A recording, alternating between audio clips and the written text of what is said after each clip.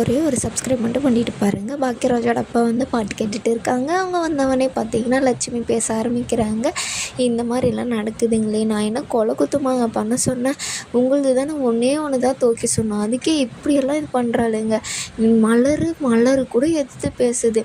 பாக்கியராஜுக்கு சுரேஷுக்கு சொன்னால் உங்களவே துவைக்க சொல்கிறாங்க. ஐயே, இன்னும் நீ இந்த உடலே அந்த பிரச்சனையை விடு, கம்மன் தான் இறேன் அப்படின்ற மாதிரி, எதுக்கு சும்மா இந்த பிரச்சனையை போட்டு பெருசாகிக்கிட்டு இருக்க? அவங்க துவைக்கலன்னா நீ துவை அப்படின்னாங்க. என்னது நான் துவைக்கணுமா அப்படின்னு அவங்களுக்கு ஒரு மாதிரி கஷ்டம் ஆயிடுது. அவங்க மறுபடியும் பாட்டு கேட்க ஆரம்பிச்சிடுறாங்க. 2 பசங்களும் சப்போர்ட் பண்ணல, இவரும் இந்த மாதிரி சொல்கிறாருன்னொடனே பார்த்திங்கன்னா அவங்களுக்கு ரொம்பவே கஷ்டம் ஆயிடுது.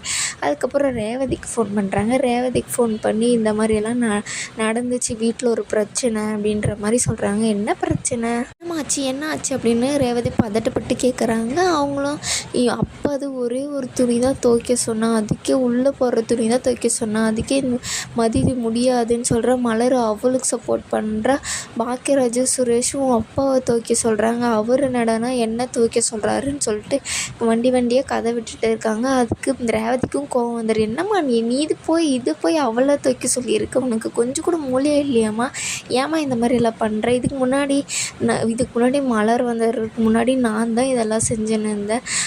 இதுக்கு முன்னாடி என்ன மிஷினாக இருந்துச்சு அப்படிமா? மிஷின் இருந்துச்சே இல்லையா, இதெல்லாம் கையில் துவைக்கக்கூடாதுமா.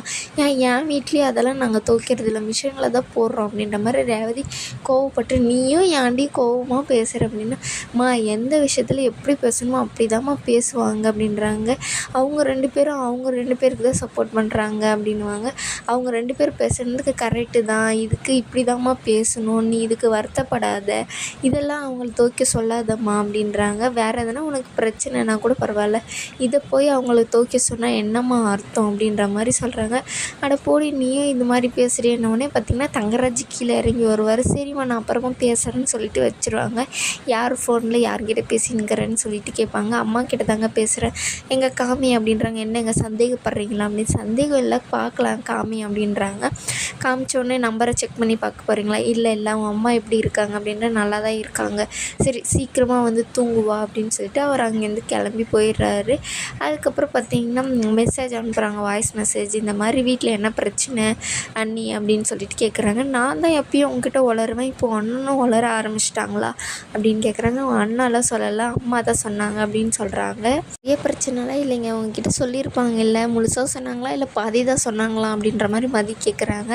இல்லை எல்லாமே சொன்னாங்க, ஆனால் அம்மா செஞ்சது தப்பு தான் மதி அப்படின்னு சொல்கிறாங்க. ஆமாங்க, வேறு எதுனா கூட நான் செஞ்சுருவேன், இந்த மாதிரி போய் சொன்னால் நான் எப்படிங்க செய்வேன்? அதுவும் அவங்களுக்கு இன்னும் கொஞ்சம் கஷ்டமானது எதில்லைன்னா, 2 பசங்களும் சப்போர்ட் பண்ணல. வீட்டுக்கு வந்து அந்த பிரச்சனையை அவங்க பெருசாக தான் நினச்சாங்க, ஆனால் அவங்க 2 பேருமே கண்டுக்காமல் போயிட்டாங்களா, இன்னமும் அவங்களுக்கு கஷ்டம் ஆயிடுச்சு அப்படின்றாங்க. ரொம்ப வருத்தப்பட்டு பேசுனாங்களோ அப்படின்னு சொல்லிட்டு மலர் வந்து கேட்குறாங்க. ஆமாம், ரொம்பவே வருத்தப்பட்டாங்க அப்படின்னு சொல்கிறாங்க. அதுக்கப்புறம் பார்த்திங்கன்னா, சரி நீங்கள் 2 பேர் பேசிகிட்டு இருங்க, நான் வரேன் அப்படின்னு சொல்லிட்டு மலர் வந்து லட்சுமி கிட்டே பேசுகிறதுக்காக போயிடுவாங்க. அவங்க பாவமாக வெளியே உக்காந்துட்டு இருப்பாங்க, செய்கிறதெல்லாம் பக்கா வேலை, ஆனால் பாவமாக போய் உக்காந்துக்கிட்டு, நீ என்கிட்ட பேசாதப்போ மலர் அப்படின்வாங்க. இல்லை அத்தை, என்னாச்சு இப்போது, ஏன் இங்கே உட்காந்துட்டு இருக்கீங்க, கொசெல்லாம் கடிக்கும், உள்ளே வாங்க அப்படின்றாங்க. நீ என்கிட்ட பேசாத மலர், நீ எனக்காக சப்போர்ட் பண்ணவே இல்லை, அவளுக்காக சப்போர்ட் பண்ணுற இல்லை நீயே. அத்தை, இப்போது எனக்கு ஒரு தங்கச்சி இருக்குது, அவங்க வீட்டில் அவங்க மாமியார் அவங்க மாமனார் ட்ரெஸ்ஸை துவைச்சி போடுன்னு சொல்லும்போது நான் கண்டிப்பாக சப்போர்ட் பண்ணுவேன் அத்தை, அவள் ஒன்றும் உன் தங்கச்சி இல்லையே மலர் அப்படின்வாங்க. யாராக இருந்தாலும் என்ன அத்தை, இப்போ ஸ்ருதியே இருக்குது, ஸ்ருதி இப்போது ஒரு வீட்டுக்கு போனால் அவங்க மாமனாரோட இன்னர் வேறெல்லாம் துவைச்சி போடுன்னு சொன்னால் நீங்கள் ஏற்றுப்பீங்களா? அது மாதிரி தான் அத்தை, உங்கள் பொண்ணுக்குன்னா ஒன்று, உங்கள் மருமகளுக்குன்னா ஒன்றுன்னு பார்க்காதீங்க, 2 பேரும் ஒரே இடத்துல வச்சு பாருங்க அப்படின்றாங்க. இருந்தாலும் நீ செஞ்சது தப்பு தான் மலர், நான் ஃபோன் பண்ணேன் பாக்கியராஜுக்கு சுரேஷுக்கு, நீ எதுக்கு ஃபோன் பண்ணி வர வேணான்னு சொன்னேன்? அவங்களுக்கு வேலையிலே 1008 பிரச்சனை இருக்கும் அத்தை, இதெல்லாம் போட்டு அவங்க மண்டியில் ஏற்றுனாலும் அதுதான். அவங்க என்ன சொன்னாங்க, உங்களை துவைக்க சொன்னாங்களா? அது மாதிரி தான் அத்தை, வந்தையும் அவங்க அதை தான் பேசியிருப்பாங்க, அவங்கவுங்க துணி அவங்கவுங்க தான் துவைக்கணும் அப்படின்ற மாதிரி சொல்கிறாங்க. இருந்தாலும் எனக்கு கஷ்டம்தான் மலர், வாங்க அத்தை உள்ளே போகலாம் வாங்க. இல்லை நான்லாம் வரமாட்டேங்க, கொசெல்லாம் கிடைக்கும், வாங்க அத்தை அப்படின்னு சொல்லிட்டு அவங்கள அங்கேருந்து உள்ளே கூட்டிகிட்டு போயிடுறாங்க. எல்லா பிரச்சனையும் தீர்த்து வைக்க மலர் ஒருத்தர் இருந்தால் போதாதான்ற மாதிரி தான் இன்றைக்கி இருந்துச்சு.